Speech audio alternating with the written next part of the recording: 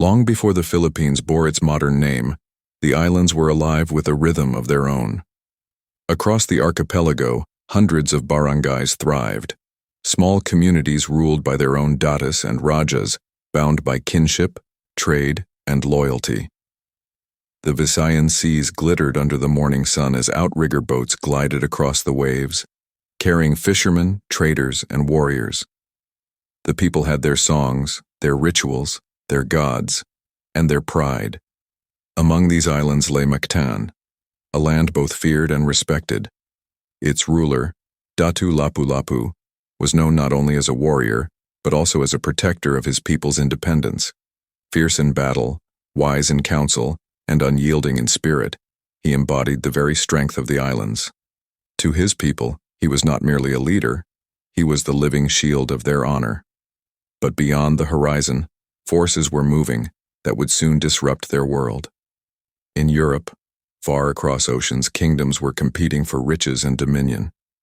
Among the adventurers stood Ferdinand Magellan, a Portuguese explorer sailing under the flag of Spain.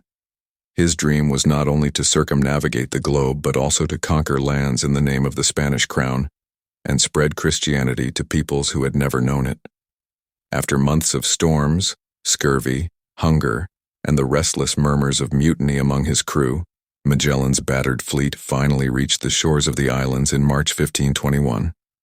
Their arrival marked the beginning of an encounter that would echo across centuries.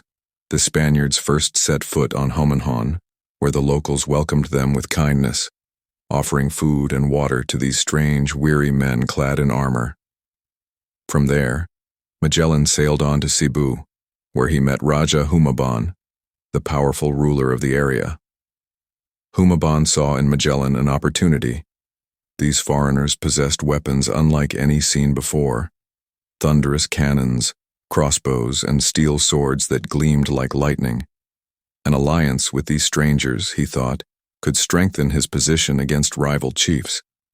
Thus Magellan and Humabon forged a bond, sealed by gifts, promises, and the baptism of Humabon and his people into Christianity. But not all leaders welcomed this intrusion. On the neighboring island of Mactan, Lapu-Lapu refused. He had no desire to kneel before men who demanded allegiance in exchange for foreign gods and foreign kings.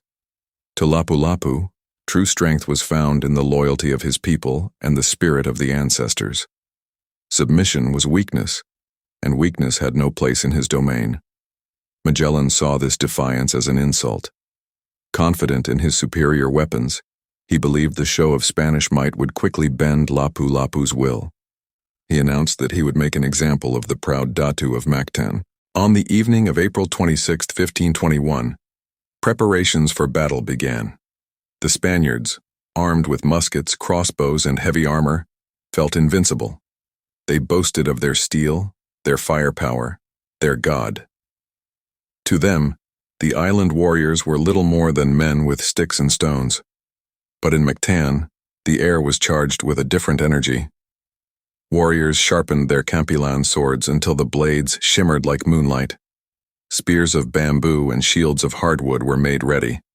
Women carried food and water to the fighters, while the old shamans whispered prayers to the spirits of the sea and sky, calling for strength in the battle to come. At the heart of it all stood Lapu-Lapu.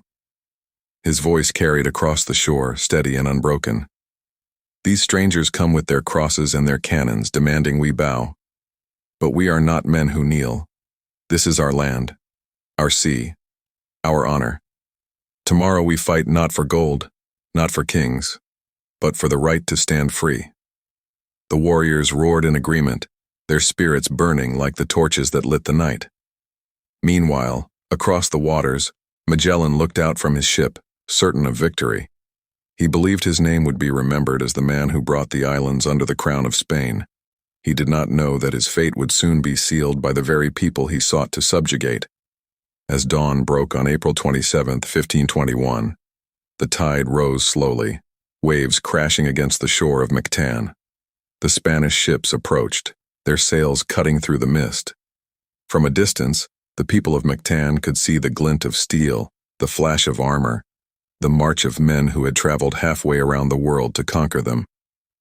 The beach was silent, except for the wind and the waves. Spears were gripped tightly, shields raised, hearts pounding. The islanders watched as the foreigners prepared to land.